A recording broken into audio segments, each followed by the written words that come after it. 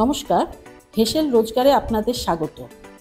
আজ বানাবো সবার পছন্দের ডিশ বাটার চিকেন।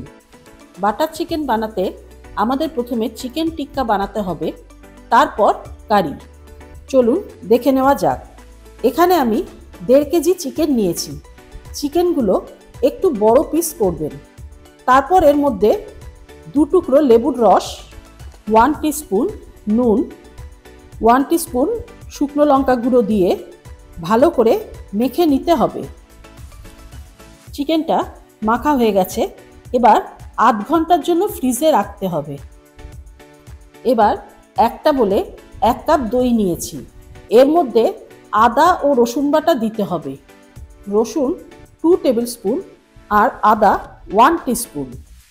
তারপর 1 টিস্পুন গরম মশলা গুঁড়ো, 1 টিস্পুন তন্দুরি মশলা গুঁড়ো, 2 টেবিল স্পুন ফ্রেশ ক্রিম আর সামান্য একটু ফুড কালার দিয়ে ভালো করে মিশিয়ে নিতে হবে। দইটার সাথে ভালো করে মশলাগুলো মেশানো হয়ে গেছে। আধ ঘন্টা হয়ে গেছে। এবার ওই দইয়ের মিশ্রণটা এই মাংসের মধ্যে দিয়ে দেবো। মাংসের সাথে দইটা ভালো করে কিন্তু মাখতে হবে। মাখা হয়ে গেলে 3-4 ঘন্টা ফ্রিজে কিন্তু রাখতে হবে। 4 ঘন্টা হয়ে গেছে। এবার চিকেনটা বের করে এটাকে কিন্তু টিক্কা বানাতে হবে। মাইক্রো ওভেনে করলে 180 ডিগ্রি সেন্টিগ্রেডে 15 মিনিট গ্রিল করতে হবে। আর মাইক্রো ওভেনে না করলে তেলেও ফ্রাই করে নিতে পারেন। এবার একটা কড়াইতে 3 টেবিল স্পুন সাদা তেল নেব। তেলটা গরম হয়ে গেলে এখানে চিকেনের পিসগুলো দিয়ে ফ্রাই করে নিতে হবে। যেহেতু চিকেনের পিসগুলোতে দই দেওয়া আছে, সেই জন্য একটু তলায় লেগে যায়।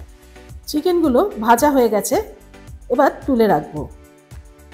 এইভাবে প্রত্যেক কটা চিকেনই ভেজে তুলে নিতে হবে। এরপর আর একটা কড়াইতে 50 গ্রাম হোয়াইট বাটার নেব।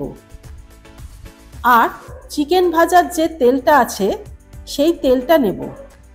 তেল গরম হলে এতে 2টো তেজপাতা ফোড়ন দেব। তারপর 2 টেবিল স্পুন আদা রসুন বাটা দেব। রসুনের কাঁচা গন্ধটা যতক্ষণ না যায় ততক্ষণ ভালো করে কষাবো। এরপর এতে 200 গ্রাম টমেটো পিউরি দিতে হবে।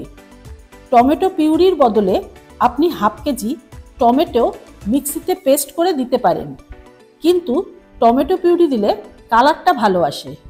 টমেটো কিছুক্ষণ কষিয়ে এর মধ্যে 2 টিস্পুন লঙ্কা গুঁড়ো আর 1 টিস্পুন কাশ্মীরি লঙ্কা দিয়ে ভালো করে কষাতে হবে। এইভাবে বাটার চিকেনটা করে দেখুন। রেস্টুরেন্টে আর অর্ডার করতে হবে না, আপনি নিজেই বানিয়ে নিতে পারবেন। গ্রেভিটা কষাতে কষাতে যখন তেল ছেড়ে আসবে, তখন এর মধ্যে 3 টেবিল স্পুন কাজু পেস্ট দিয়ে দেব। কাজুটা গরম জলে কিছুক্ষণ ভিজিয়ে রেখে তারপর পেস্ট তৈরি করে নিতে হবে। কিছুক্ষণ কষানোর পর যখন তেল ছেড়ে আসবে, তখন গ্যাসটা বন্ধ করে দেব। গ্রেভিটা পুরো ঠান্ডা করে নিতে হবে।